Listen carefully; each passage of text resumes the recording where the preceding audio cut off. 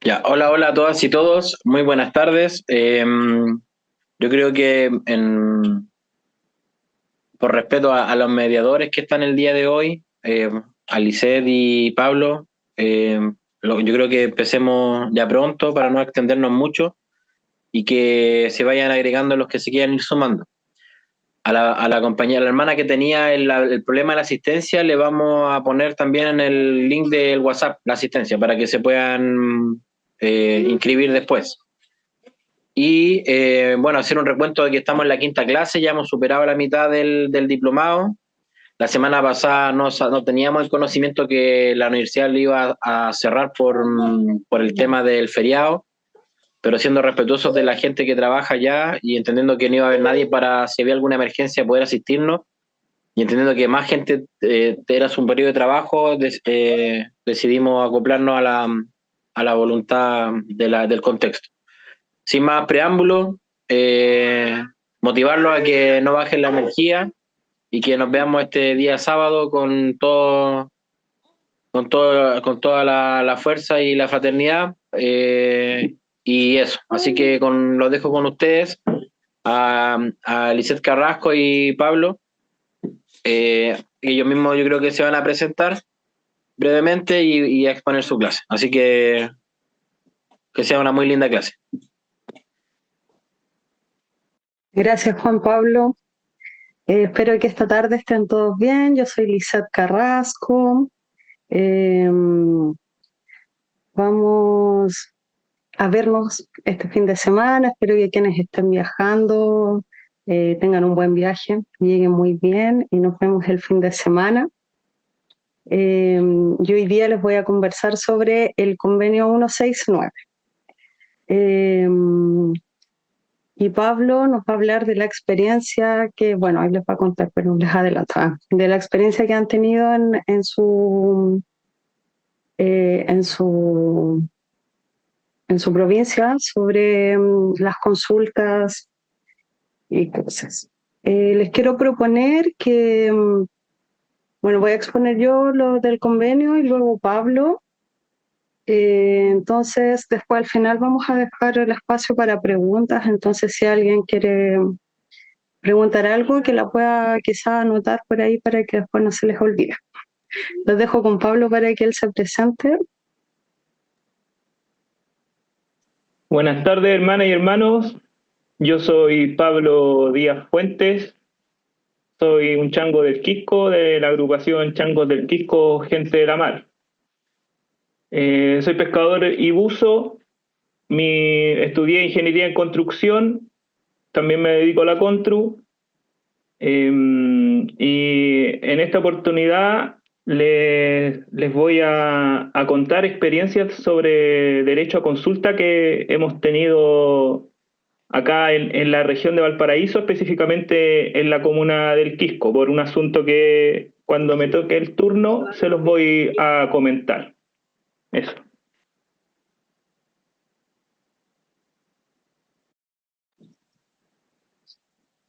Bien. Yo les voy a compartir pantalla porque tengo aquí un PPT que quiero mostrarles con un resumen de los contenidos que vamos a ver hoy. ¿Ya? Eh,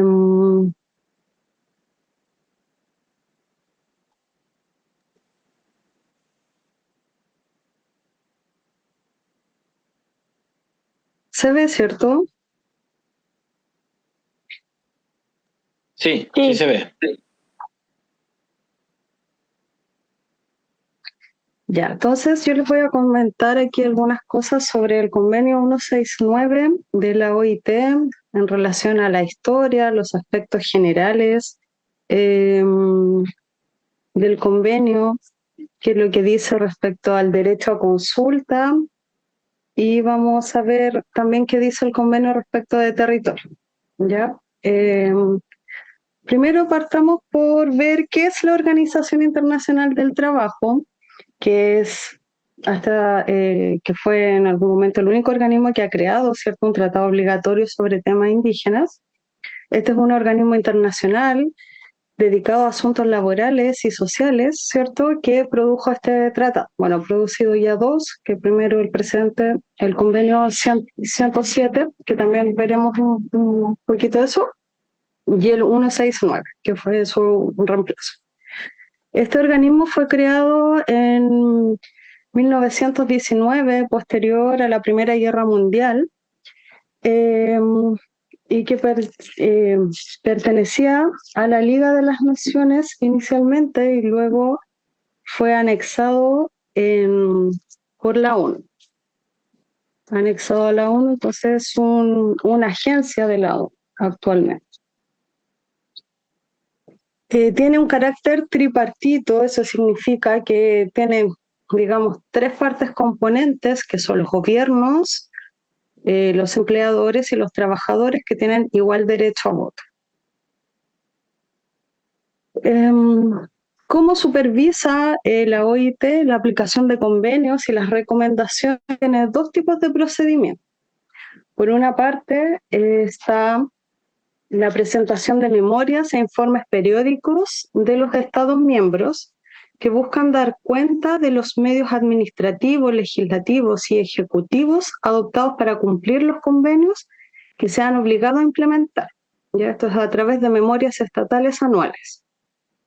Y el otro procedimiento son los procedimientos contenciosos de reclamos o quejas, ya que están regulados por el artículo 24 y 25 de la Constitución de la OIT. Y este puede ser presentado por cualquier organización o individuo, pero a través de una organización de empleadores o trabajadores. Entonces, en esta parte nos encontramos, ¿cierto?, con la pregunta si es que ¿tienen los pueblos indígenas acceso a los procedimientos y a la asistencia de la OIT? Y no y sí. Los pueblos indígenas no forman parte, ¿cierto?, de los mandantes tripartitos de la OIT, que es cierto, eran los empleadores, los estados y los trabajadores. Sin embargo, la OIT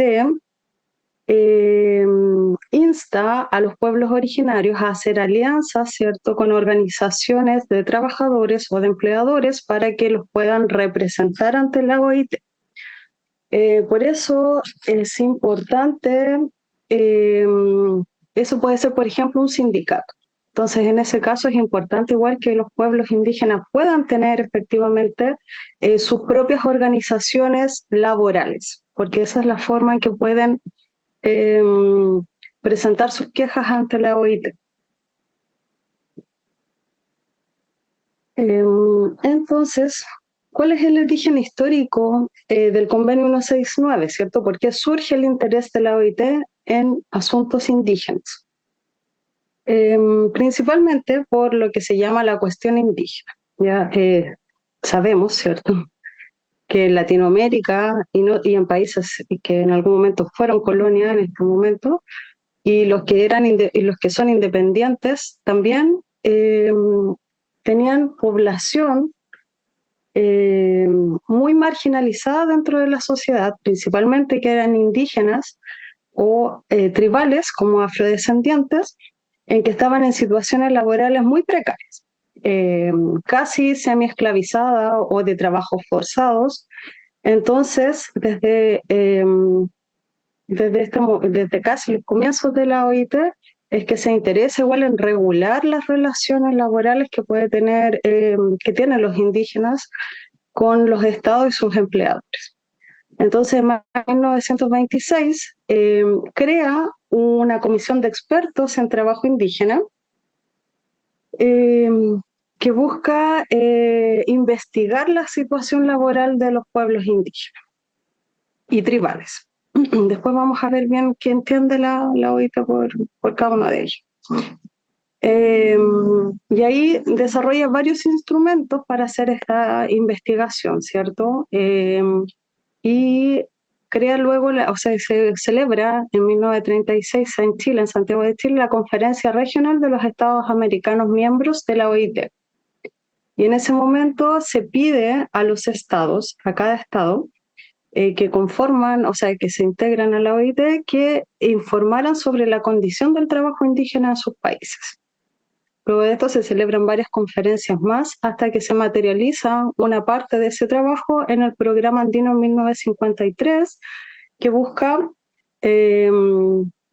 regular la situación laboral, ¿cierto?, de los indígenas, sobre todo del altiplano, de Bolivia, Perú, Ecuador, la zona altiplano. Y se materializa en una legislación, en un convenio ya internacional, ¿cierto?, que va a ser el 107, que es sobre poblaciones indígenas semitribales y semitribales. Sin embargo, ese convenio va a ser bastante criticado porque es de un carácter como integracionista. Eso quiere decir que como que tiene una visión de los pueblos, tuvo una visión de los pueblos originarios, como que eran una piedra de tope para la unidad nacional, que no se integraban, que se debían modernizar. Y eso va a ser, esas críticas van a hacer que exista la necesidad de una revisión de este convenio. Entonces ahí es que se comienza a hacer el trabajo preparativo del convenio 169, que nuevamente llama a debate de expertos, ¿cierto?, en derecho laboral internacional. Sin embargo, y esto es lo que dicen algunos, que es como el pecado original del convenio 169, en que los pueblos indígenas originarios no participaron en representación de sus propios pueblos. Pudieron participar de forma, digamos, como periférica, ¿cierto?, a través de organizaciones de trabajadores o de empleadores, pero no pudieron participar como representantes de sus pueblos. Y bueno, finalmente en 1989 es que se adopta, ¿cierto?, el convenio 169 que conocemos, el cual es un tratado internacional de carácter obligatorio para los estados que lo ratifican, ¿ya? Este tiene un rango superior incluso a la legislación interna de los países. Eso quiere decir de que un Estado que ratifica el convenio 169 no puede argumentar que tiene una legislación contradictoria con el convenio 169. Los Estados ratificantes tienen que adaptar su legislación interna al convenio, ¿ya? Obviamente, la decisión de ratificar el convenio es una decisión soberana y voluntaria de cada Estado. Pero una vez ratificado, tienen la obligación de aplicarlo de buena fe en la legislación y en la práctica.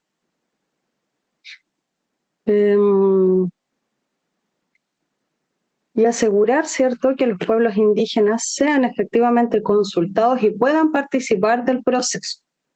Y Chile ratifica el convenio el año 2008 y entra en vigencia el 2009. Entonces, ¿cuál es la estructura general del convenio 169? Ahí en pantalla pueden ver como el índice, digamos, del convenio. Trata varios temas, ¿cierto?, en relación a aspectos generales, cuál es el tema de la tierra, la contratación y condiciones de empleo, formación profesional, ¿cierto?, seguridad social, educación y medios de comunicación, y contactos y cooperación a través de las fronteras. Como pueden ver, el convenio no se trata solo de la consulta previa, tiene varios temas. Sin embargo, la consulta previa es como la piedra angular de este convenio. ¿A quiénes aplica el convenio? ¿Ya?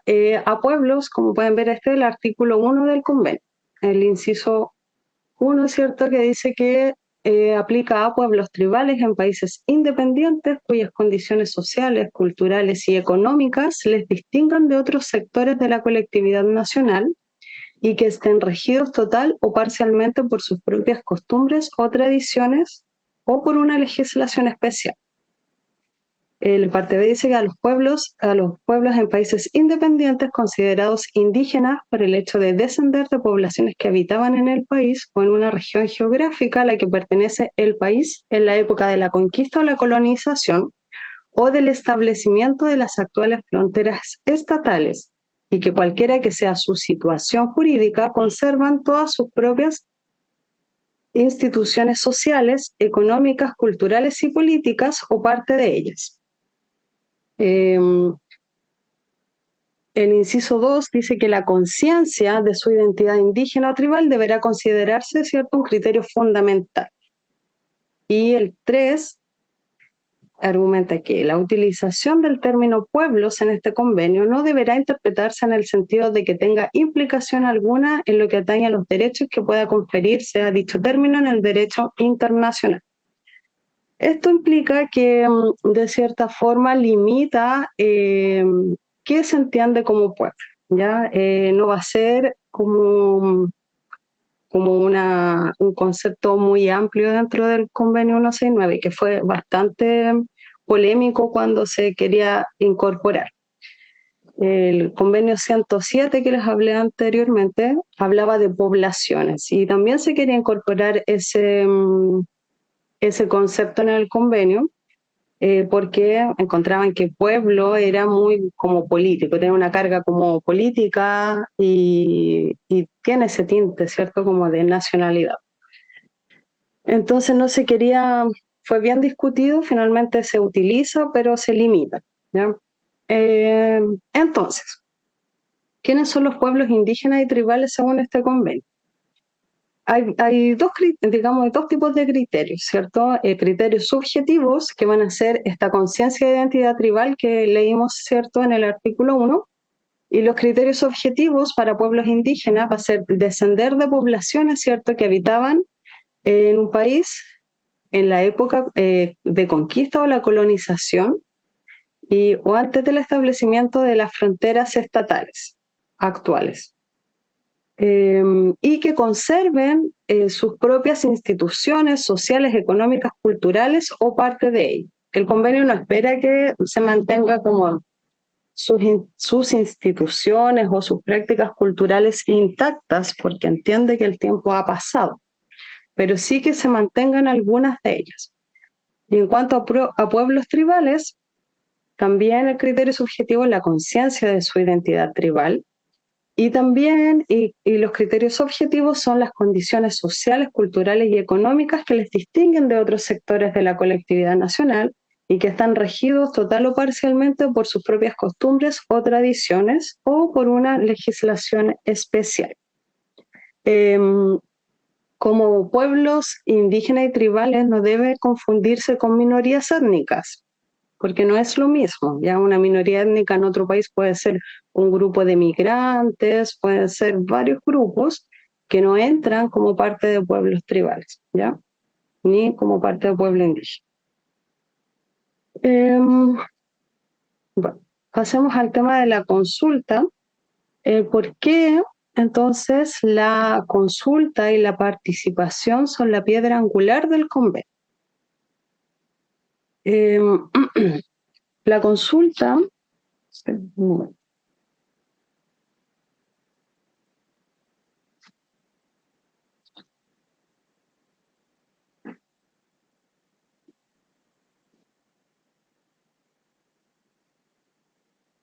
son la consulta y la participación, porque van juntas, no funciona una consulta sin participación, ¿cierto?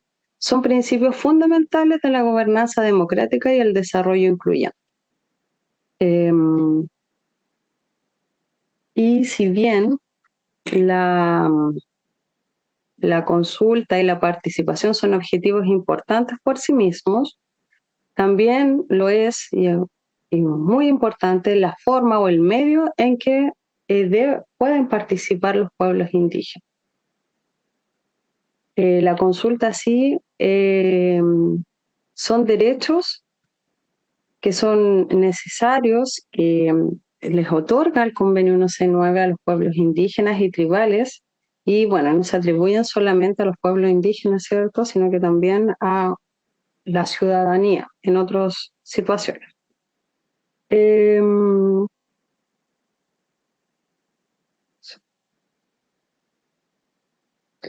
Entonces, la consulta debe ser, ya,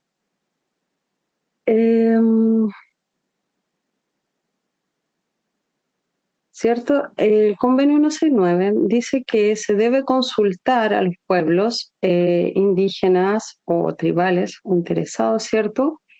A través de sus instituciones representativas, idealmente, ¿ya? Cada vez en que haya medidas legislativas o administrativas que les puedan afectar directamente. Y esto no solamente en casos de extractivismo, sino también en cambios, en otro tipo de cambios que puedan haber y les puedan afectar.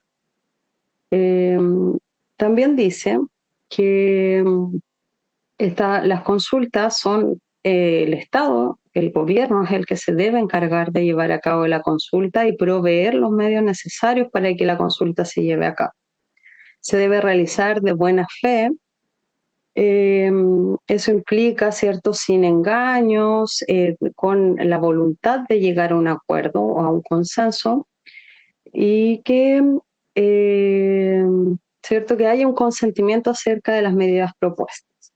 Si bien la consulta es obligatoria, el consentimiento no lo es, ¿ya? Entonces, al final, si no hay un acuerdo entre los pueblos originarios con el gobierno respecto de la materia que se está consultando, finalmente el gobierno puede deliberar, ya de forma de una sola parte, porque el convenio indica que hay derecho a consulta, pero no así un derecho a consentimiento. Bueno, ¿y en qué, cuándo se debe consultar? ¿Cierto? Antes de la prospección o explotación de los minerales y los recursos del subsuelo, ¿ya? Antes del traslado y reubicación, los cuales solo deben efectuarse con consentimiento. En este caso, en el caso de reubicación, sí debe haber consentimiento y pleno conocimiento de causa. Y en caso de que no haya consentimiento, pero se debe efectuar igual el traslado, es obligación del Estado retribuir al pueblo originario afectado o a los pueblos que se vean afectados y reubicarlos en tierras que sean de la misma calidad o mejores, ¿ya? Y también una compensación tanto en territorio, en terreno, cierto territorio, como también en compensación económica.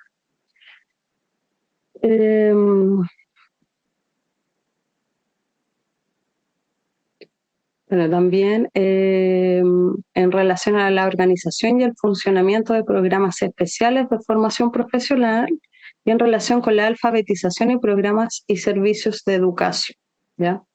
En cuanto a los temas educativos, se busca que todos los niños principalmente que van a la escuela y tienen la obligación de ir, ¿cierto?, puedan hacerlo en condiciones que sean culturalmente pertinentes. Entonces también esos cambios que se pudiesen hacer también deben ser consultados. Bueno, ¿cómo debe ser una consulta de acuerdo al convenio? Deben ser formales, plenas, ¿cierto? Como dije anteriormente, llevarse a cabo de buena fe. Debe producirse un verdadero diálogo entre los gobiernos y los pueblos indígenas y tribales, caracterizado por la comunicación y el entendimiento, el respeto mutuo y el deseo de alcanzar un acuerdo, ¿ya? Tienen que establecerse mecanismos apropiados a escala nacional y ello debe de realizarse de forma adaptada a las circunstancias. Ojalá, ¿cierto?, tienen que llevarse estas consultas a través de instituciones representativas de los pueblos indígenas y tribales en relación con las medidas legislativas y administrativas. También en este caso se busca que que se respeten las formas en que los pueblos toman las decisiones y darle el tiempo necesario para que puedan hacerlo. Y, ¿cierto?, deben llevarse a cabo estas consultas con el objetivo de llegar a un acuerdo o lograr un consentimiento sobre las medidas propuestas.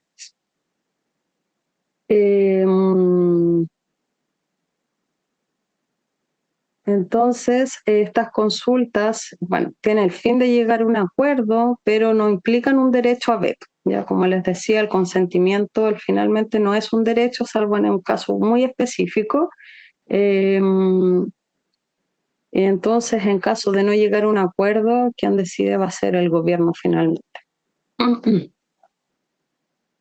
De acuerdo a al convenio, se puede preguntar también, ¿cierto?, por qué la consulta con los pueblos indígenas requiere una atención especial.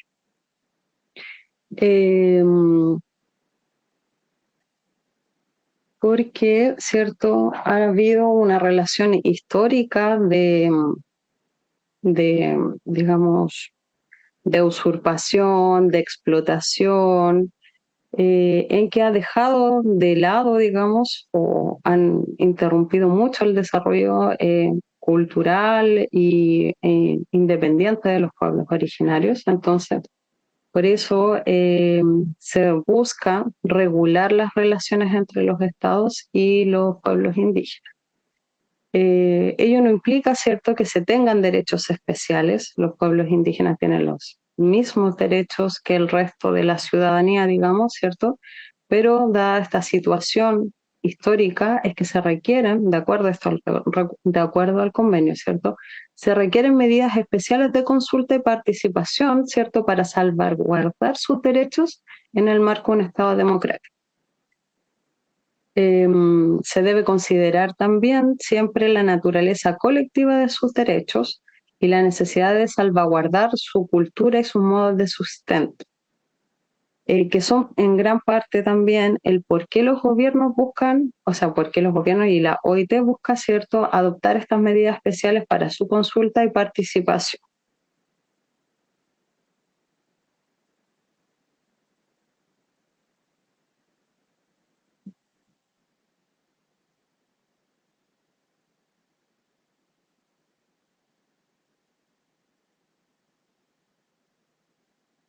Bien, el convenio también, aparte de otra cosa, debe buscar, ¿cierto?, siempre que la consulta sea libre, o sea, eso implica que esté exenta de presiones, eh, debe ser previa, siempre debe ser previa, debe hacerse antes que el Estado tome una decisión, debe ser informada, eso significa que debe ser información accesible, pertinente, relevante y que sea comprensible para todos los pueblos involucrados o afectados. Y bueno, y que es de buena fe. Esto es en cuanto a lo que el convenio 169 argumenta y dice respecto de la consulta previa. También hay otro apartado que es sobre tierras y recursos naturales. ¿Ya? En este caso, el convenio reconoce el derecho de los pueblos indígenas a las tierras y a los recursos que tradicionalmente ocupaban y utilizan. Y le otorga importancia al concepto de territorio que cubre, ¿cierto?, la totalidad del espacio geográfico. Le reconoce, ¿cierto?, derechos territoriales que pueden ser preexistentes y que no nacen con la titulación de la propiedad. También dice el convenio que los gobiernos deben establecer procedimientos para identificar las tierras de los pueblos indígenas y tomar medidas para proteger sus derechos de propiedad y posesión. Ojalá también poder garantizar, o sea, no ojalá, sino que garantizar el acceso a los recursos naturales de sus territorios. Eso es responsabilidad de todos los estados ratificantes del convenio 169. Y que deben también establecer mecanismos para resolver las reivindicaciones sobre la tierra que puedan estar en disputa, ¿cierto? Ojalá el Estado pueda también velar por que los pueblos puedan recuperar las tierras que perdieron por usurpación. Eso también lo señala el convenio 169. En cuanto a los recursos naturales, el convenio señala que los pueblos indígenas tienen derecho a los recursos naturales existentes en sus tierras, que comprenden, ¿cierto?, el derecho a participar en la utilización, administración y conservación de dichos productos, de dichos recursos. Acá sí hace una excepción, ¿cierto?, en que es cuando la propiedad de los minerales y de los recursos del subsuelo o de otros recursos recae en el Estado. Y en esos casos, el convenio establece una serie de salvaguardas para garantizar a los pueblos sean adecuadamente consultados y que participen en los beneficios y perciban una indemnización equitativa por todo el daño que puedan sufrir o pasar, ¿cierto? Señalas que el territorio es inseparable de los recursos naturales que hay en ellos y que igual reconoce, ¿cierto?, el derecho de uso, administración y conservación.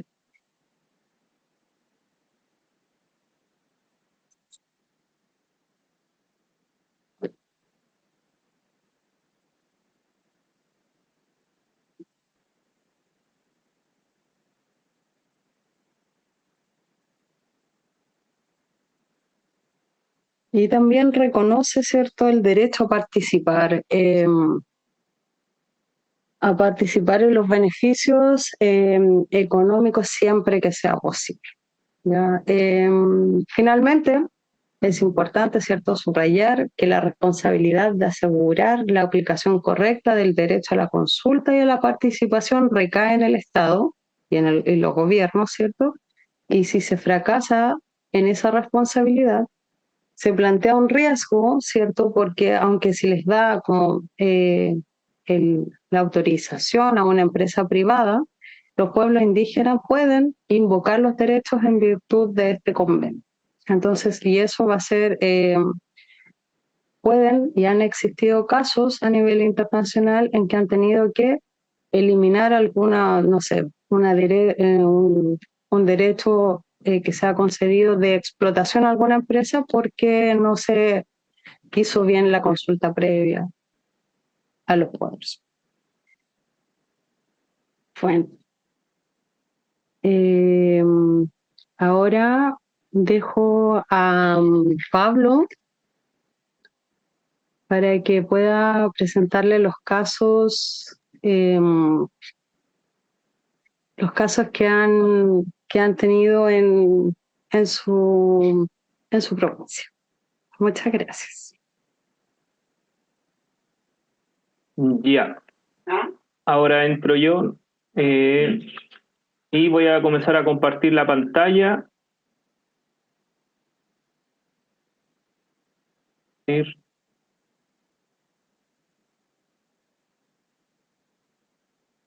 Ahí pueden ver lo que estoy proyectando. Sí.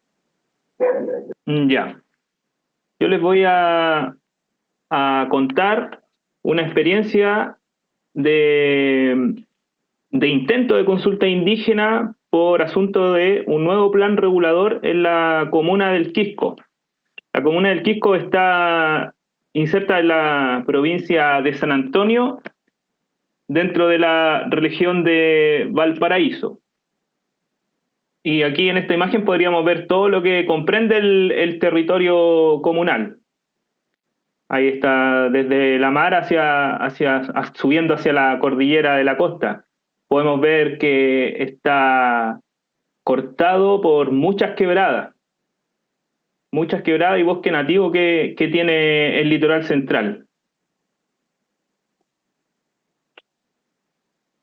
Entonces, ¿qué es un plan regulador?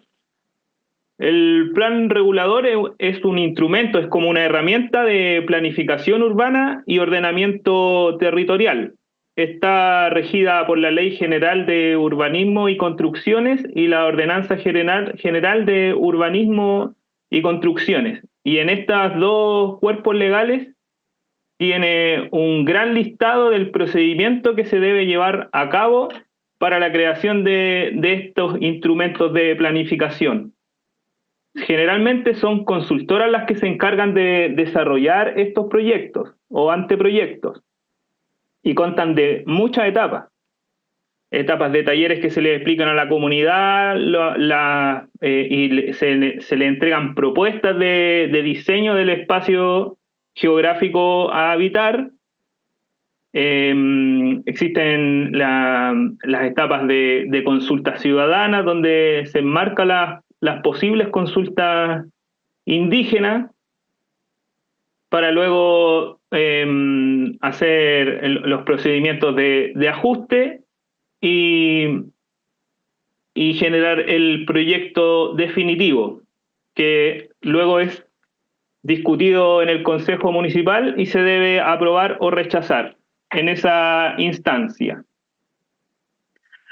Existen criterios dentro del plan regulador que estos deben abordarse, como por ejemplo, se abordan las vías estructurantes que va a tener una comuna, sus calles principales, los anchos mínimos de estas calles, la vialidad importante que ya existe y las que se necesitan proyectar para el crecimiento urbano de las comunas, y también hacen la diferencia entre las zonas urbanas y las zonas rurales. También están los criterios del uso de suelo que se van a usar, valga la redundancia, dentro del territorio comunal, ¿ya? Que por ejemplo están las áreas residenciales, de uso residencial, de equipamiento, de actividades productivas, la infraestructura, industrias, las áreas verdes o también los parques, ¿ya? Los parques comunales. Están los criterios de edificación, que estos tienen que ver con las alturas máximas que se permiten de construir a las casas o los edificios. Está los coeficientes de constructibilidad, de ocupación, y están las superficies de los tamaños que tienen que tener los sitios o los predios, los distanciamientos entre la reja y la fachada de la casa, distanciamiento entre casas, etcétera, las densidades de ocupación, entre otras. Y también tenemos la zonificación, ¿ya? La zonificación, esto tiene que ver con las áreas de riesgo que puede tener un territorio. Por ejemplo, zonas de riesgo son las que están propensas a la inundación por tsunami, por crecidas de río, bajadas de quebradas, avalanchas, derrumbes, y así. Y lo que enfatiza que siempre tiene que estar de acuerdo como al proyecto de desarrollo nacional, como el proyecto político-social que tiene los estados, una cosa así, ¿ya? Y dicen que la participación ciudadana es fundamental en estos procesos. Existen 3 tipos de planes reguladores. Empezando desde los más grandes a los más chicos, están los planos reguladores metropolitanos o regionales. Como por ejemplo acá en la imagen vemos acá está la región de Coquimbo, que Coquimbo tiene un plan regulador regional que comprende a las provincias del Choapa, Limarí y el Elqui y todas sus comunas que están dentro de ella. Si nos saltamos a una categoría más pequeña, tenemos los planes intercomunal y, por ejemplo, está el plan intercomunal satélite borde costero sur de la región de Valparaíso, que comprende la mayoría de las comunas del litoral central, exceptuando a Santo Domingo. Tenemos a Algarrobo, El Quisco, El Tabo, Cartagena y San Antonio. Y este es como una forma de organizar el territorio más grande, más macro, donde se establecen zonas urbanas, zonas de extensión urbana, zonas de conservación, entre otras. Y si nos vamos a lo más pequeño, están los planos regulador comunal. Por ejemplo, tenemos el plan regulador de Caldera ahí también en la imagen.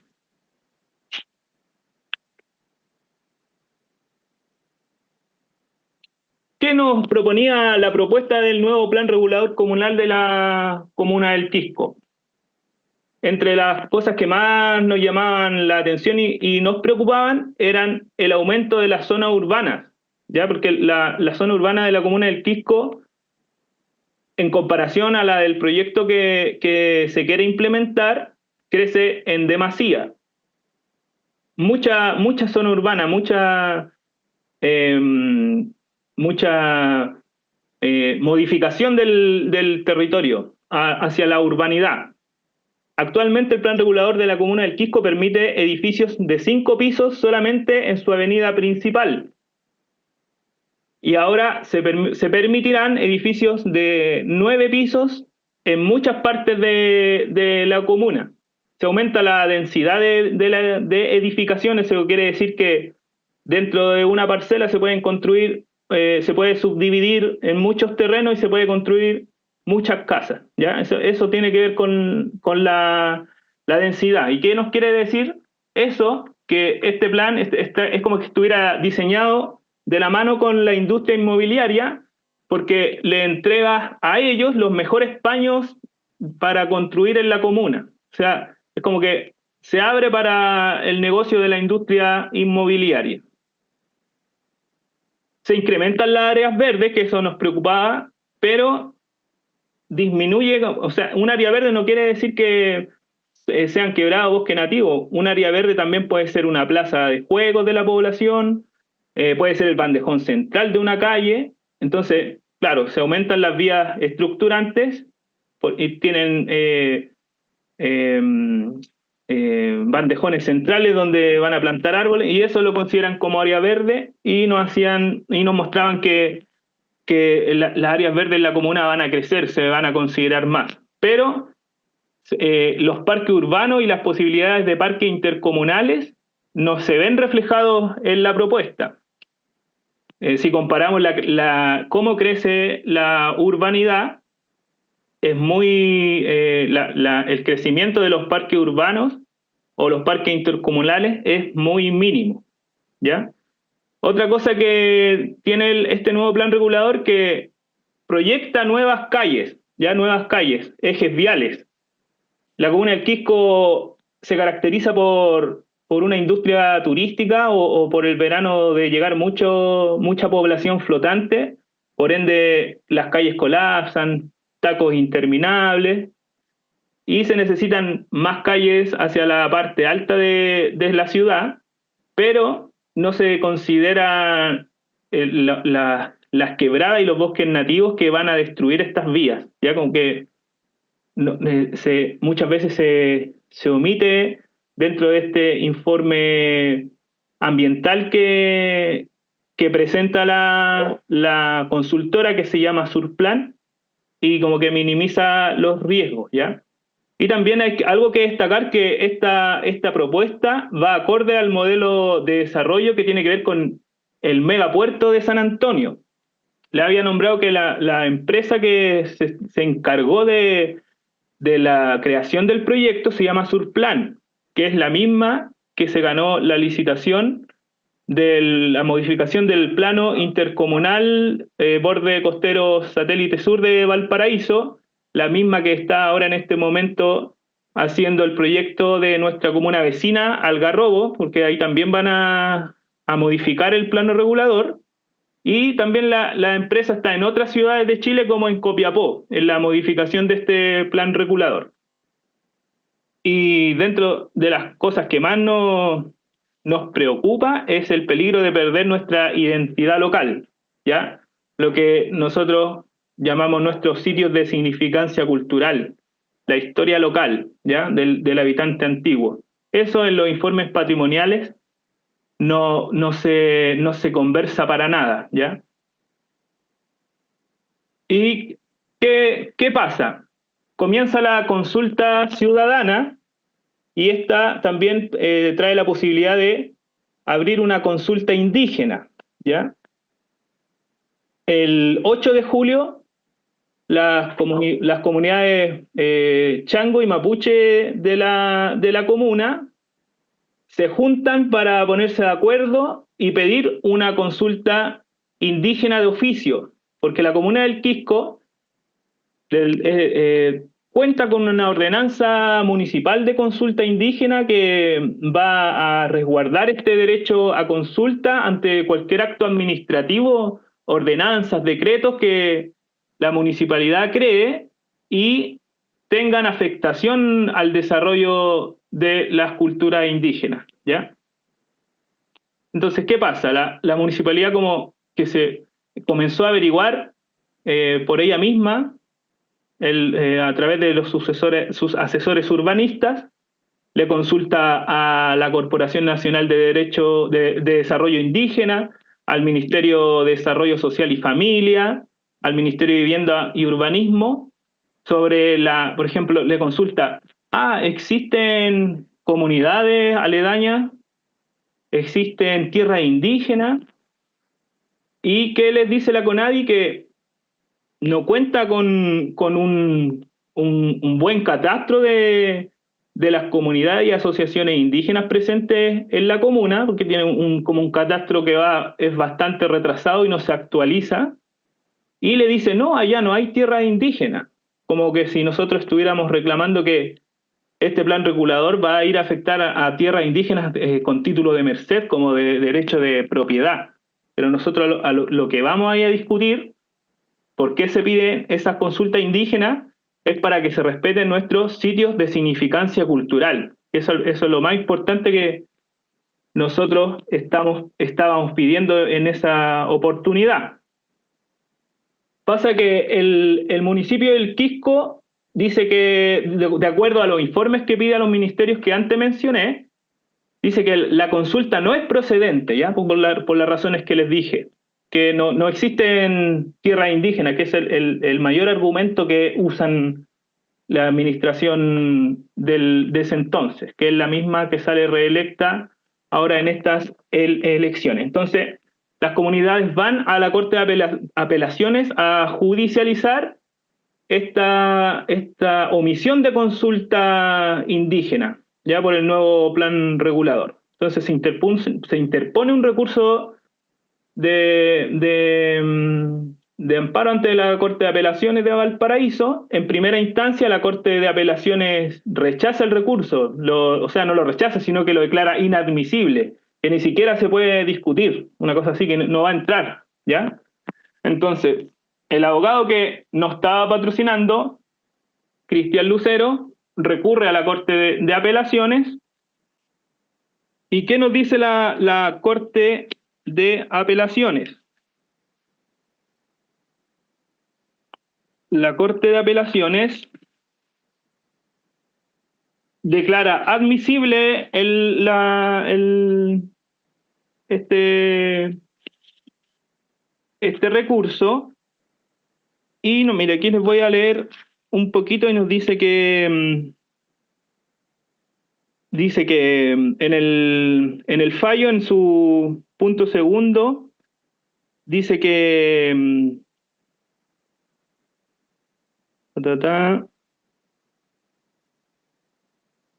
dice que del mérito de los antecedentes aparece de manifiesto que en el libelo interpuesto en autos se han mencionado hechos que eventualmente pueden constituir la vulneración de las garantías indicadas en el artículo 20 de la Constitución Política, ¿ya? Por ende, que pueden haber derechos vulnerados, derechos constitucionales vulnerados.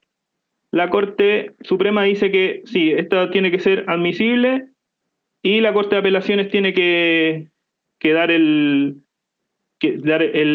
vamos a este juicio, por así decirlo. ¿Quiénes eran los ministros que integraban esa sala? Era el ministro Mario Carroza y Jean-Pierre Matus. No sé si les suena esos ministros ahora por todos los casos de corrupción que envuelven a la Corte Suprema, ¿ya? Entonces, esto pasa a la Corte de Apelaciones nuevamente, a la Corte de Apelaciones de Valparaíso, y comienza el trámite, ¿ya? Y luego de de todos los juicios que hubieron, donde compareció el abogado Cristian Lucero, salió el fallo de la Corte de Apelaciones. ¿Y qué nos dice el fallo de la Corte de Apelaciones? Porque también hay que hacer como una especie de cronología de todos los recursos que otros estamentos interpusieron para ver si se podía bajar la ordenanza, o sea, para bajar el decreto alcaldicio que aprobaba el plan regulador. Nosotros pusimos este recurso de amparo y luego de que ya estaba este recurso en marcha, el Seminario Pontificio de Punta de Tralca hace una reclamación hacia la municipalidad en un trámite administrativo, diciendo que ellos no fueron considerados en las consultas ciudadanas porque sus terrenos, que ellos tienen mucho terreno acá en la comuna, han sido parte de ellos incorporados a áreas verdes, ¿ya? Como a zonas de parque. Y eso a ellos no les gustó porque tienen intereses de vender eso, de enajenarlo y que lo compren inmobiliaria y hagan proyectos de condominio, edificios. Entonces eso no les gustó. ¿Y qué pasó?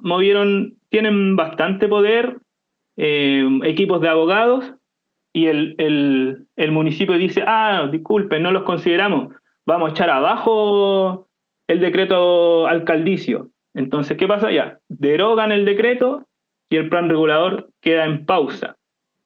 Y se manda al Ministerio de Vivienda y Urbanismo para que éste haga para que se pronuncie, para que revise el plan regulador, porque tiene esa etapa después que este organismo ministerial revisa el trabajo que se hizo, si es que se hizo o no de acuerdo a la legislación. Y dentro de todos los vicios que encuentran, porque son varios, hay uno que resalta que dentro de la consulta ciudadana se debe hacer durante 30 días la exposición de las materias, a consultar, de los criterios de edificación, de los usos de suelo, etcétera, la altura. Y ellos dicen que el municipio hizo algo mal, y de esos 30 días que tenía que estar en exposición de la ciudadanía los antecedentes, solo lo hizo en 15 días. Ya dijeron, por ende esto tiene vicio y se tiene que devolver, o hacer algo nuevo, o devolverse a la etapa de consulta ciudadana. ¿Ya?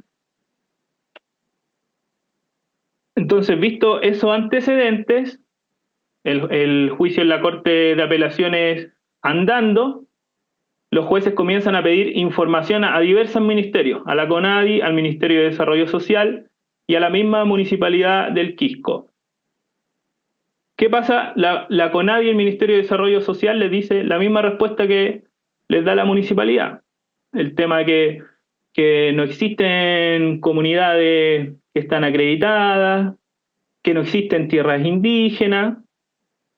Sí, el Ministerio de Desarrollo Social habla de los sitios de significancia cultural, pero como que dice que no sabemos cuáles son. Pero ese no sabemos cuáles son es como que dice que es como que no es procedente la consulta. ¿Ya?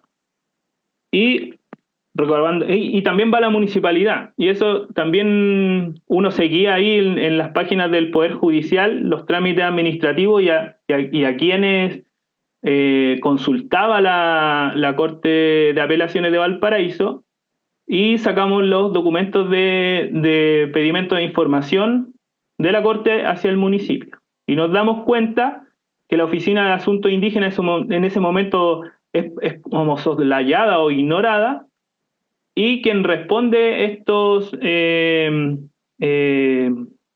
requerimientos de la Corte, estos pedimentos de información, son las jefaturas o las otras oficinas, que no era la misma Oficina de Asuntos Indígenas, cosa que la Oficina de Asuntos Indígenas podía entregar información crucial de lo que nosotros estábamos alegando, porque ellos están en conocimiento de las comunidades que actualmente están en la comuna, y también de los sitios de significancia cultural. Entonces, de mala fe, las jefaturas le omiten la información a la Oficina de Asuntos Indígenas, y estos no pueden contestar. luego sale el fallo de la Corte de Apelaciones. ¿Y qué nos dice el fallo de la Corte de Apelaciones? También les quería leer un poquito de este fallo, que es del 17 de abril. No es del 17 de abril, es del 23 de octubre del 2024, pero viendo aquí el fondo del fallo. Nosotros, ¿qué íbamos a reclamar? Que se inicie el proceso de consulta indígena, ¿ya? Que se inicie el proceso de consulta indígena con las personas y comunidades que se encuentran en el área de influencia del plan regulador. Cabe señalar que el área de influencia no solamente tiene que ver con las personas o comunidades que están dentro de la comuna, sino que también comunas aledañas, ya los hermanos de otras comunas que pasan por el Quisco, que van a pescar al Quisco, que hacen prácticas culturales relacionadas al mundo indígena, ellos también pueden pedir una consulta para que sean considerados, ¿ya? No necesariamente tiene que ser gente que viva en la comuna en cuestión. Y dice, el proceso de consulta, lo que nosotros reclamamos a través del abogado, dice, el proceso de consulta es necesario a fin que las autoridades políticas comunales reconocieran de manera real y tangible las costumbres, lugares ceremoniales ancestrales y todo lo que envuelve a las comunidades indígenas, heredadas de tradiciones de sus ancestros, ¿ya? ¿Y qué pasa qué nos dice la Corte de Apelaciones? La Corte de Apelaciones nos rechaza el recurso, ¿ya? ¿Pero por qué lo rechaza? Lo rechaza porque al momento de ellos fallar, el decreto alcaldicio ya se había echado abajo por los movimientos que había hecho el Seminario Pontificio de Punta de Talca, que pertenece a la Iglesia Católica.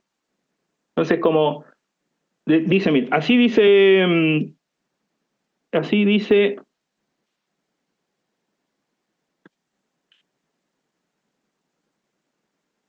que ¿cómo versa esa negativa?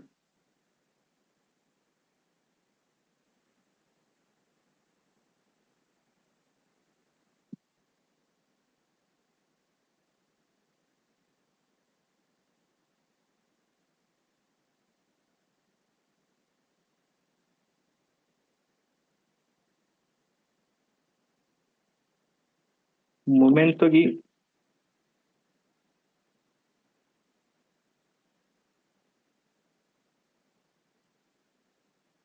Bueno, lo que dice este fallo dice que no nos pueden dar a nosotros ese como favor porque el decreto ya había sido tirado para atrás y que el remedio que nosotros íbamos a pedir ya estaba subsanado.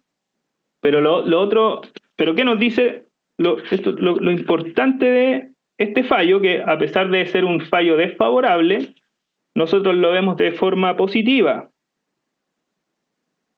Dice que en su punto quinto del fallo dice que sin prejuicio de lo anterior, corresponde a la ilustre Municipalidad del Quisco, en uso de sus atribuciones y atento al proceso invalidatorio reseñado previamente, evalúe nuevamente la pertinencia de realizar o no un procedimiento de consulta indígena en relación a la actualización de su plan regulador, para lo cual deberá realizar las coordinaciones y solicitar los informes que resulten pertinentes a los organismos con competencia sobre la materia, para lo cual tendrá en especial consideración que, según consta el artículo folio 37, el Ministerio de Desarrollo Social y Familia. ¿Ya? O sea, ¿qué nos dice?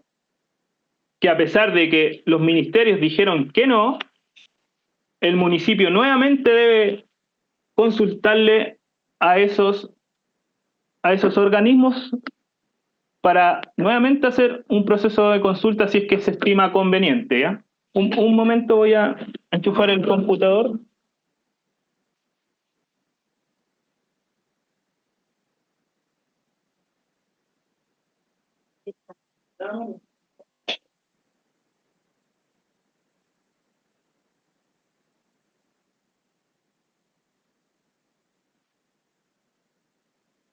Ya. Entonces, este fallo fue bastante comentado y se interpretó de diversas formas. El director jurídico en ese entonces eh, llegó como, lo interpretó de forma errada y a su manera, y dijo como que no habían rechazado como que no habían rechazado así, como, pero no ahondó en los argumentos que entregó la Corte, y tampoco mencionaba en sus intervenciones que la municipalidad sí podía hacer una consulta que dependía de ella, más allá de lo que dijeran los ministerios consultados. O sea, era un tema de voluntades, ¿ya? De voluntades de las autoridades. Y en el fallo de la Corte de Apelaciones, otra cosa importante que se menciona textualmente, los sitios de significación cultural, tradicional, espirituales y religiosos dentro del área contemplada para la iniciativa en cuestión. ¿Ya? O sea, nosotros fue un proceso bastante desgastante, donde se gastaron recursos de dinero, tiempo, que estar haciendo las típicas rifas para juntar la plata para pagar al abogado, una pila de cosas, pero ahí estuvimos dando la pelea porque no nos parece para nada el modelo de desarrollo que está tomando la comuna del Quisco, ¿ya? Acompañado también con el megaproyecto del puerto exterior de San Antonio. No sé si ustedes lo han escuchado, pero, por ejemplo, ese proyecto va a afectar a los hermanos Chango de la Boca del Maipo que ejercen la pesca chinchorro. Esa actividad, una vez construido el puerto, va a desaparecer. Por ejemplo. Y también les quería comentar, ya finalizando el tema de la experiencia de la consulta indígena de la comuna del Quisco, que no se realizó, sino que solamente quedó en su etapa preliminar. Les quería contar que durante el año pasado se realizó la consulta indígena por nueva ley de patrimonio, donde nosotros como pueblo chango también estuvimos en una participación activa. Ya se realizó de agosto a abril del 2024, se ejercieron jornadas intercomunales en la realidad que tuvimos acá. Compartimos con los hermanos de Algarrobo, el Quisco y el Tabo. Luego se elegían representantes y se iba a discutir a mesas regionales, para luego ir a las instancias nacionales, donde tuvimos 2 voceros de nuestro pueblo ahí presentes, ¿ya? Hubieron 3 pilares de consulta, que el pilar de reconocimiento y definiciones, el pilar 2 de protección, el pilar 3 de participación, y de toda esta discusión, de esta gran discusión nacional, porque se hizo en la mayoría de las regiones. No sé si ustedes recordarán, hermanos, sobre esa consulta. Y están los acuerdos, ¿cierto? Estos acuerdos hay que seguirlos ahora atentos en lo que se está discutiendo en la Cámara de Diputados y los senadores. Este acuerdo, o sea, los acuerdos fueron 19, y les voy a mencionar algunos de estos 19. Uno de los acuerdos del pilar 1, el acuerdo 2, es la definición de patrimonio cultural indígena en la ley.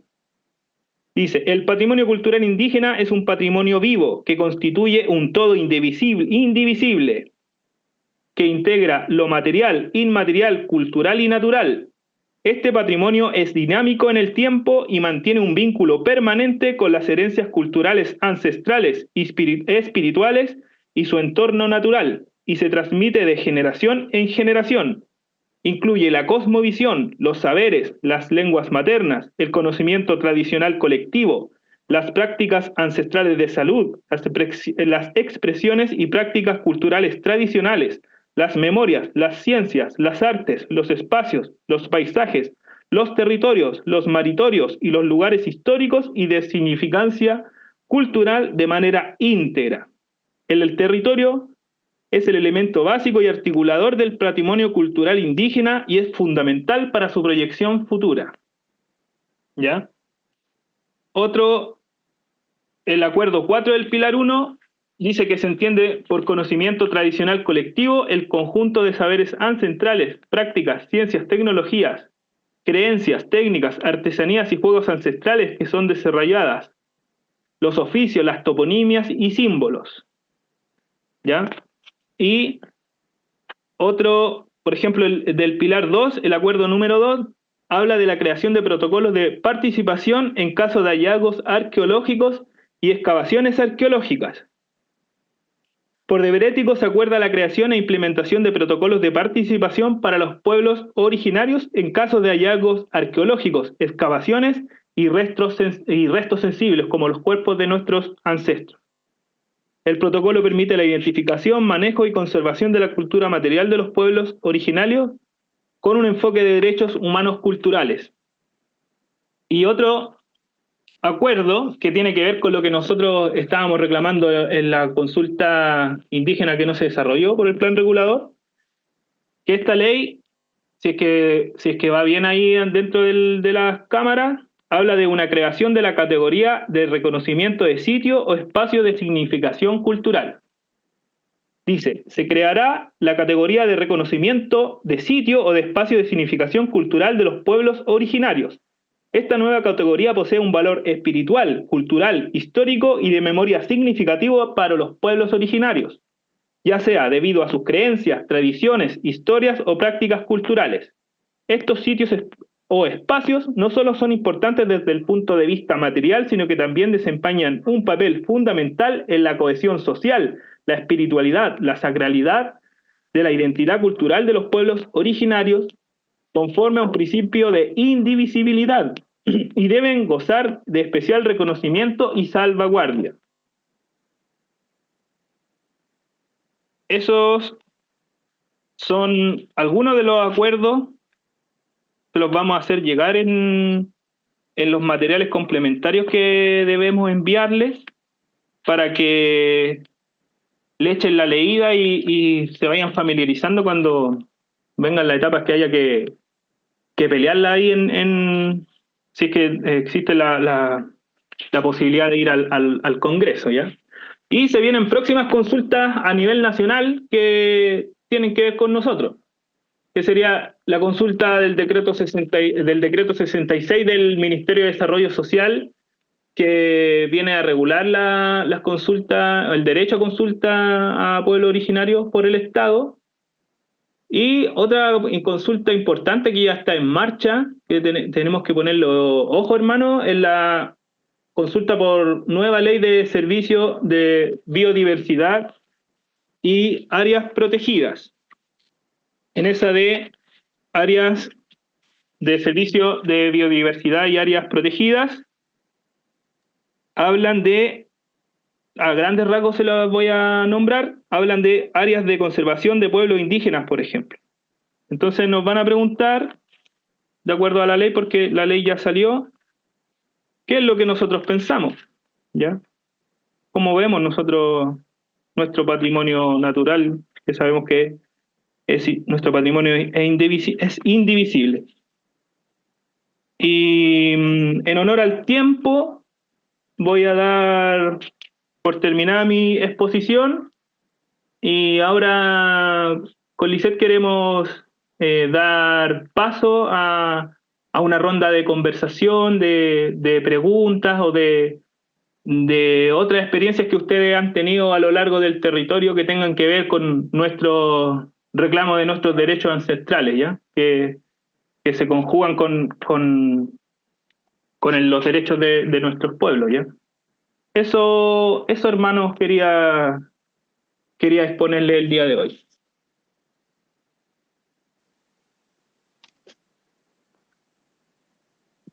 Ya, agradeciendo la intervención de Lisette y de Pablo, entendiendo que es un tema denso, que no es un tema muy fácil como de digerir, pero entendiendo también que cómo se puede contrastar entre lo teórico que plantea Lisette y lo complejo del caso que expone el hermano Pablo, es un tema que debiésemos dominar todas y todos.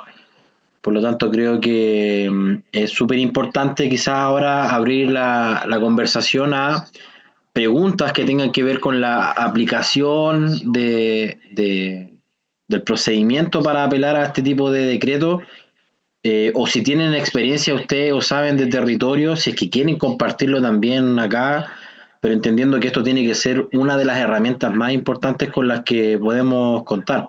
Entonces está abierta la palabra para aquellas y aquellos que quieran compartir o consultar, porque claramente, pese a que es muy denso el tema, porque implica historia, comprensión de ley y comprensión de protocolo, es la herramienta que en estos momentos puede dejar que el Estado siga avasallando los territorios y avasallando la cultura y un sinfín de cosas. Entonces, territorio y maritorio.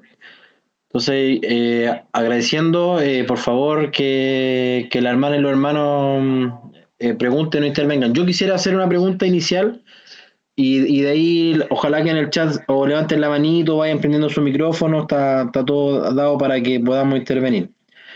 ¿Es de carácter resolutivo este tipo de procedimiento o es solo consultivo? Esa es mi pregunta y con eso damos paso a todo. Y sí, Julia, vamos a sistematizar toda la información y va a estar toda la información disponible.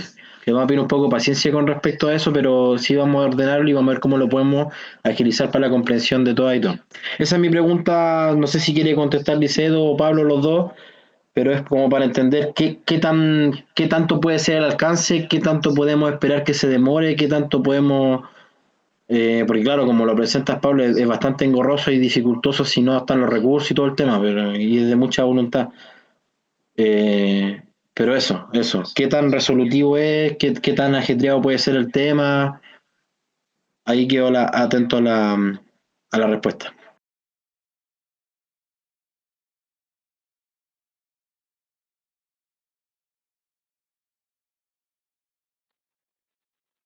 La, mm, en la experiencia de la ordenanza municipal de consulta indígena de la comuna del Quisco, que podríamos decir que es muy parecida o la misma que la ordenanza de la comuna de Valparaíso, esta dice que los acuerdos que llegan las partes son vinculantes y obligatorios, pero generalmente se abarca como netamente consultivo, como por ejemplo son las consultas ciudadanas que ocurren en los planes reguladores, que no son vinculantes, ¿ya?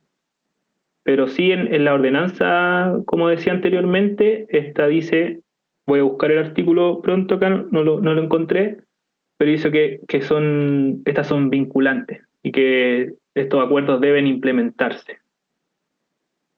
Eso, hermano. Y en el caso que, por ejemplo, quede en el plano solo consultivo y no haya incidencia de la contraparte, ahí habría que levantarlo entonces eh, a estos decretos internacionales, ahí habría que hacer un paso que vaya más allá incluso de lo que es local o nacional, de la Corte de Apelaciones. Hay que ir como escalando en cuanto a cortes, porque ya sí que las cortes de apelaciones o Corte Suprema vemos que nuestros derechos han sido vulnerados, tenemos que ir a cortes internacionales a hacer las reclamaciones pertinentes. Y eso ya es mucho más difícil. Siempre por un tema de recursos y que existen pocos abogadas y abogados que se especializan en derecho indígena o que tienen la voluntad de patrocinar estos casos. Eso, hermano, por mi parte. Vale, gracias Pablo. Joven Pablo, Una consulta. Dígame. Usted dice que tenemos derecho a manitorio y tierras. ¿Por qué Bienes Nacionales nosotros como Shango los vendió los terrenos? Donde nosotros vivimos, nos quisimos ponerlo dentro de los 80 metros, lo pusimos más retirado. Y al último los vendieron el pedazo de tierra y si no cancelamos, nos corrían, nos sacaban, lo desalojaban, porque lo dieron a... ¿Cómo se llama eso que lo vendieron? Lo vendieron por manzana, microlote, no sé cómo se llama, manzana, por manzana. Cada persona acá en su sector reunió, nosotros teníamos 80 viviendas, 81, la manzana de nosotros, y varias personas. Y aquí habíamos Shango en Barranquilla y los vendieron las tierras. O si no pagábamos, los sacaban. Esa es mi consulta. Sí, hermana Grimaldina, difícil igual poder responderle, ¿ya?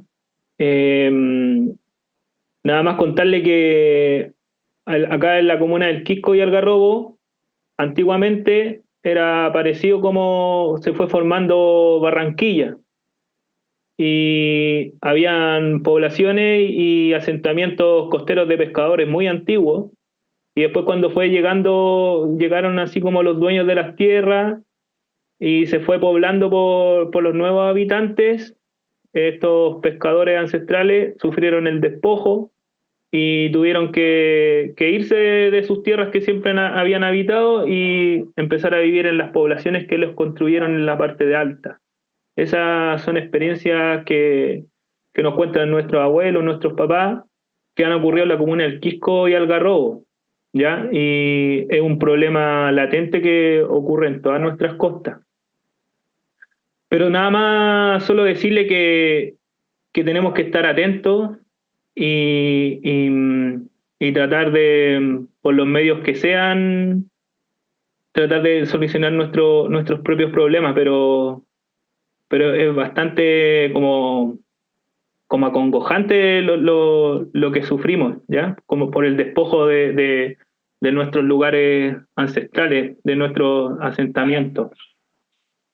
Pero eso, pues esas son las contradicciones que existen con este Estado. Joven Pablo, igual como en Coquimbo mis padres vivían, ¿conoce Coquimbo usted? Sí.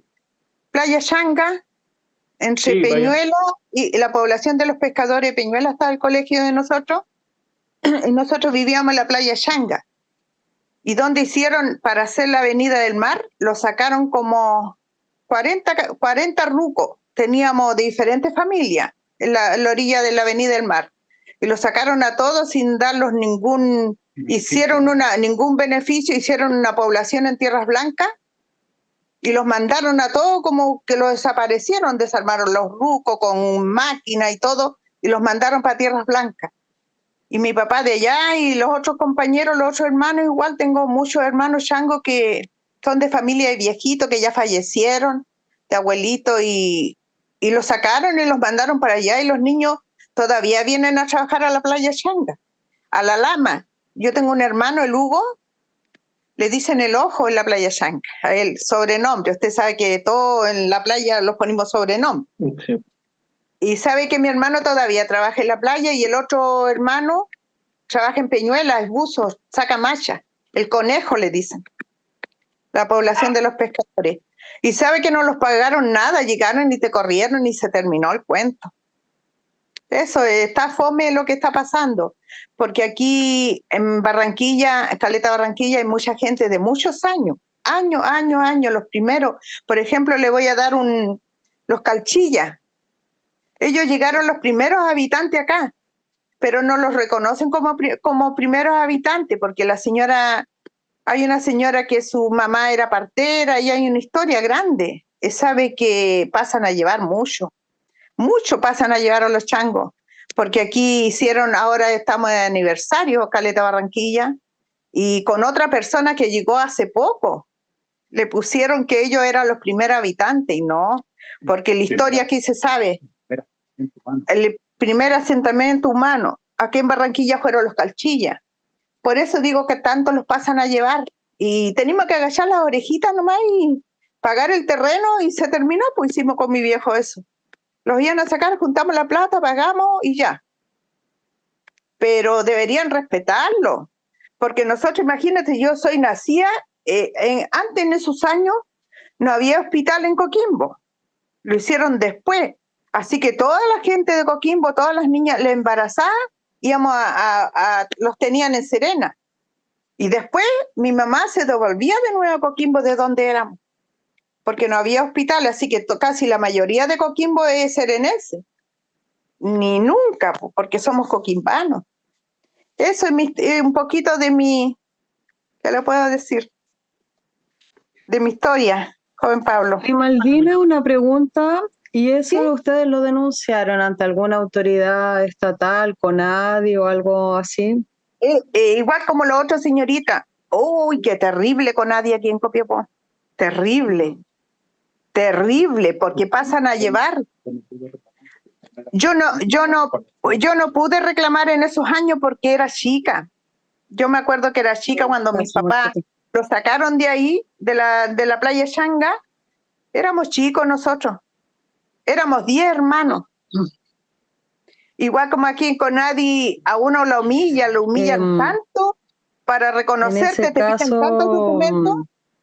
No sé, bueno, ustedes saben, pues al final el Estado de Chile reconoce al pueblo chango hace súper poco tiempo. Sí, así que no tenemos mucho. Pero yo creo que se pueden ver posibilidades como de reclamar, o sea, igual el convenio igual reconoce como los territorios que se han usado como por generación en generación y entonces de que hay derecho a estar en el lugar sí hay. Hay que buscar las formas de que hacer que el Estado respete eso. En ese sector, señorita, hicieron la Avenida del Mar, donde estaban los rucos de nosotros. Ay, se me fue el internet. Bueno. Ahora hicieron la Avenida del Mar y las parcelas que habían ahí se tiraron más para afuera a la Avenida del Mar. Las parcelas de los italianos. Eso.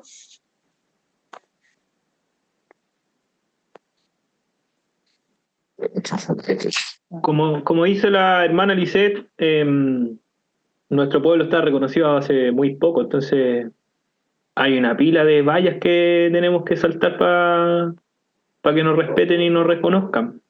Acá hay una pregunta en el chat, dice de Maritza Fernández, dice, ¿podemos reclamar no siendo reconocidos como comunidad?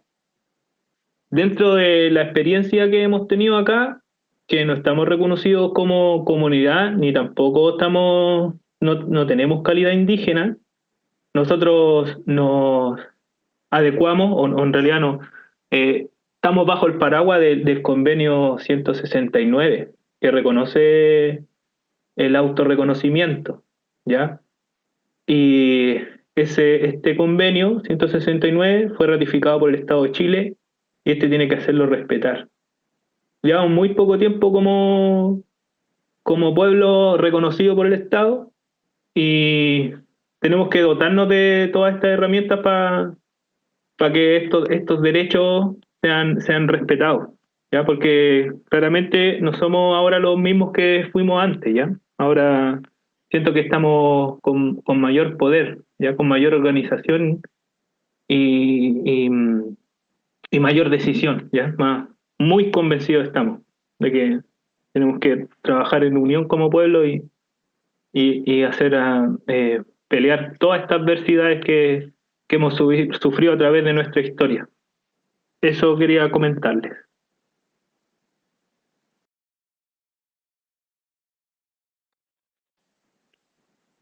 En delante está otro Pablo que había levantado la mano, pero si quieren seguir aportando, entendiendo claro que el contexto es muy reciente y que hay que empezar a generar un protocolo de acción que manejemos todo. Yo creo que eso es importante conocer y difundir, democratizar y compartir. No sé si alguien más quiere ir acotando porque nos quedan 15 minutos todavía. Yo quisiera compartir, sí. ¿Me escuchan bien? Sí, hermana, denle nomás. Ya, hola hermanas y hermanos, les habla Daniela Bustos por acá de Chañaral. Bueno, aquí contarle y también para poner en alerta a mis hermanos que aquí en Chañaral, siendo territorio chango, no hay estudios que reconozcan o que acrediten a los indígenas de acá. Participamos en el primer estudio, pero ese estudio no fue validado y ahora en este estudio que están haciendo a nivel nacional prácticamente estamos fuera porque no nos han respondido los WhatsApp. El antropólogo que vino no contestó mal los correos, entonces no sabemos qué es lo que está pasando. El asunto igual es grave para nosotros. Nosotros somos una zona de sacrificio que es un desastre bastante grande a nivel mundial. Está dentro de los primeros desastres ecológicos provocados por una minera. Hay 350 millones de toneladas de relave en nuestra playa. Esto por supuesto que afectó la forma de vida de los changos, pero además se vienen muchos proyectos y que están amenazando lo que queda, digamos, de territorio y de maritorio. Se vienen proyectos de desaladora, de puertos y bueno, el extractivismo de tierras raras que está amenazando todo nuestro territorio, nuestro maritorio, nuestra forma de vivir. Entonces, para que ustedes también ahí de alguna manera nos apoyen para que este territorio hayan indígenas reconocidos, porque nosotros no hacen consultas, porque según ellos no hay indígenas y siguen con esa mirada, digamos. Entonces sabemos ya para dónde apunta esto, porque van a seguir contaminando y finalmente nuestra forma de vida va a desaparecer. Entonces yo por eso quería ponerlos a ustedes en conocimiento de lo que pasa acá en Chañaral. Son varias las caletas, hay muchos changos, hay mucha historia antigua que no puede perderse. Y bueno, eso por una parte. Y lo otro que con respecto a la nueva ley de patrimonio, decirles que el concepto de maritorio no existe. En la nueva ley lo sacaron. Ahora algo así, no recuerdo bien en este momento, pero algo así como plataforma submarina y no sé qué. Así que para que también veamos eso, y porque tenemos que estar atentos a lo que se está haciendo ahora en el Senado. Gracias, hermanas y hermanos.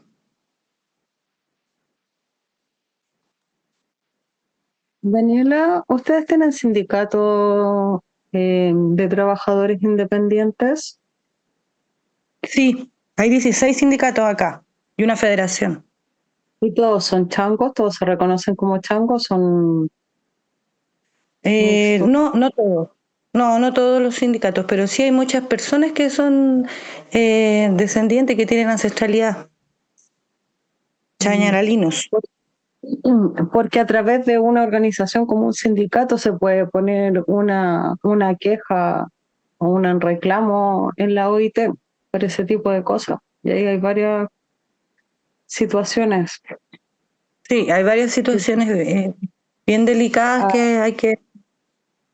Y se puede pedir como que se supervisen si no hubo consulta previa. Obvio que no hubo antes esas cosas, como que están cayendo en varias situaciones, pues desconociendo al pueblo Sí. chango.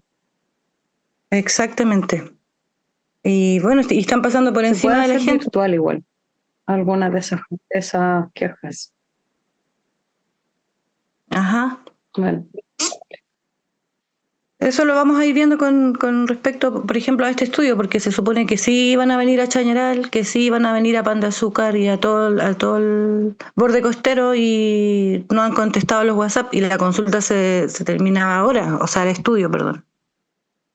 Entonces no pueden sabemos qué pasa si igual no va a hacer venir. una reclamación si es que no están Ya, reconocidos por el Estado, porque lo que el convenio reconoce como principal es como la conciencia, ¿cierto? El autorreconocimiento y que sean, como que hayan tradiciones, aunque el Estado no las reconozca, igual es un sí, pueblo nosotros igual indígena, empezamos con esto, conocen.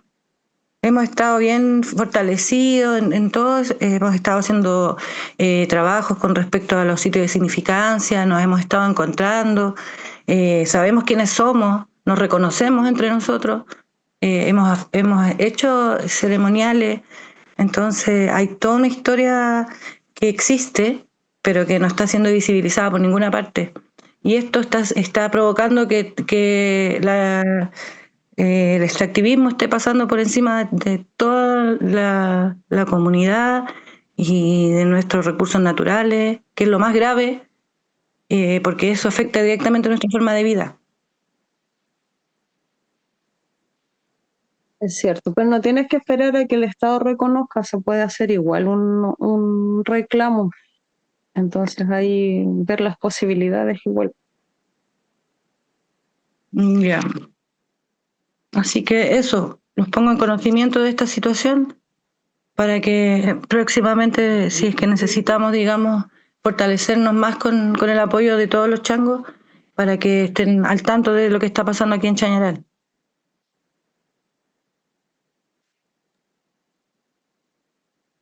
Gracias, compañera.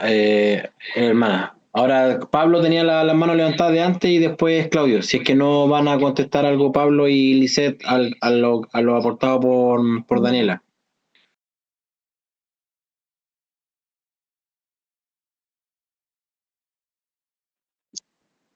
Hola hermanas, hermanos, buenas noches. Les saluda Pablo Álvarez, de acá también de la comuna del Quisco. Agradecer a la hermana y al hermano por sus exposiciones. Con el hermano Pablo hemos participado en conjunto en varias instancias de defensa territorial desde hace algunos años. Y bueno, escuchando atentamente los comentarios de los otros hermanos, de las otras hermanas, justamente vemos como la institucionalidad siempre actúa no de buena fe en general. Uno se va dando cuenta cómo la institucionalidad se resiste a primero hacer los procesos que están mandatados a hacer de manera legal, se resiste a que estos procesos sean vinculantes y son meramente consultivos. Y también vemos cómo tenemos una brecha importante, que es cómo nosotros y nosotras podemos defendernos de este aparataje institucional que es bastante grande. Hoy día tenemos en el caso del Quisco esta ordenanza vigente que coloca la palabra vinculante, sin embargo un municipio se resiste a tomarnos en cuenta. Son muy pocas las comunas que tienen ordenanza de consulta indígena, por ejemplo. Y también son muy pocas las comunas que han asimilado la responsabilidad que tienen de tomar en cuenta a los pueblos originarios y dar cumplimiento a los convenios internacionales. Y eso va a quedar en nuestra responsabilidad, obligarlos a que hagan lo que tienen que hacer. Aquí hay abandono de deberes de todas las instituciones del Estado y de los gobiernos locales al no dar cumplimiento. Y vamos a tener que ser nosotras y nosotros quienes levantemos los procesos que administrativamente nos permite la ley en este Estado-nación llamado Chile. Espero mañana encontrarnos, conocernos, reencontrarnos. Les envío un fuerte abrazo. Muchas gracias por las exposiciones y por el interesante diplomado que estamos cursando. Gracias.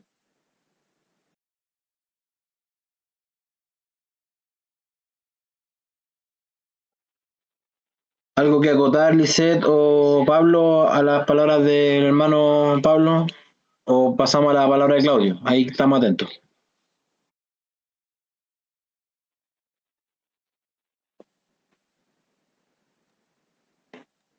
Gracias, Pablo, por tu comentario. Así es, que a veces no hay mucha voluntad política. Lamentablemente, igual el convenio 169, la consulta no es vinculante, la consulta previa. Como les decía, se exige, es obligatoria la consulta, pero el consenso no lo es. Entonces, finalmente, queda de parte del Estado la última palabra, digamos. Entonces ahí está medio fome en ese aspecto. Bueno, doy la palabra a Claudio, parece que... Sí, yo no es una pregunta, sino que es más un comentario. Bueno, el pueblo chango es hace poquito que es pueblo chango, ante la ley. Ya, pero eso permite una herramienta jurídica para empezar a avanzar. Y lamentablemente los avances no son tan rápidos como uno quisiera, ¿cierto? Pero hay una primera estrategia que ha durado estos 4 años, que es el reconocimiento. ¿Ya?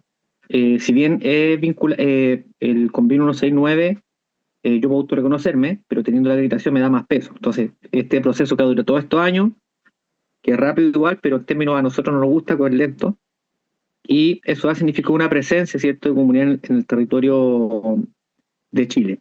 Entonces ahora, cuando termina eso, viene una segunda etapa, que quizás vamos a tener que conversar en el encuentro, que es cuál va a ser la línea de acción que va a tener todo este consejo, todas estas agrupaciones. ¿Ya? Porque hay líneas políticas, hay líneas territoriales, educativas, y se están afrontando todas esas partes, por eso este diplomado de ir discutiendo estas cosas. Entonces, vamos a tener que conversar entre todas las comunidades cuál va a ser la estrategia que vamos a abordar como pueblo para el territorio. Y eso no va a venir alguien a decirnos cómo hacerlo. Vamos a querer nosotros usar las herramientas que hay. La ley de patrimonio que estuvimos trabajando con Pablo, con Daniela, es un avance en términos que sí están los sitios de significación cultural, si se aprueba la ley. Y eso va en paralelo a la georreferenciación que están haciendo en el estudio. Entonces, más herramientas para poder defender el territorio. ¿Ya? Lo mismo que los decretos que se están usando en la municipalidad. Hay uno en Valparaíso, ahora uno en el Quisco. Bueno, ojalá ese decreto estuviera en todas las municipales de Chile. Porque hay que ir generando esta herramienta de defensa y tenemos que hacerlo nosotros. Nadie nos va a venir a hacer. Entonces, yo veo que hay 3 niveles. Un nivel político, un nivel administrativo y un político legal. El administrativo son solicitar la consulta. Lo legal es hasta dónde llegan los alcances que tienen. Pero también hay un nivel político, y que el pueblo chango ha alcanzado muy bien ese nivel político, que es, como fue ahora cuando fue la CONADI, si no hacen el estudio, tomamos la CONADI. Y publicamos en todo Chile. Al otro día nos llamaron. Entonces también hay que usar, lamentablemente, ese tipo de herramientas que tienen que ver, que también vamos a tener que conversarlo, cómo llevamos toda estos diagnósticos de estos problemas a nivel visual. Que todo el mundo sepa que está pasando este problema, para que se empiece a visibilizar. Entonces, como para concluir, son herramientas muy pequeñas que hay, pero hay que utilizarlas. Y lo que tenemos que hacer ahora en el Consejo Nacional es juntarnos y ver toda esta conversa que estamos teniendo online, tenerla más presente. ¿Ya? Referente al estudio, también es lento. Nosotros, el estudio que ha costado mucho sacarlo, con todo lo que saben, la gente que sabe, costó mucho. Recién va la 6ª a estudiar. La 6ª región, faltan todavía 4 regiones. Y estamos coordinando. Entonces, lo que sí hay que estar comunicados todos. ¿Ya? Si faltan regiones o comunidades, hay que llamar voceros, nosotros los que tenemos, y tratar de apoyarnos nosotros. Nadie, como te digo, nadie nos va a llamar y decir, oiga, por favor, puede su parte. No, nosotros vamos a tener que llamar. Entonces, yo llamo a tener esa estrategia en común, que nos ha servido mucho, y la repliquemos para que todas estas estrategias lleguen a un nivel de una política pública. ¿Ya? Eso nomás quería comentarle desde mi perspectiva, mi opinión respecto al decreto 169.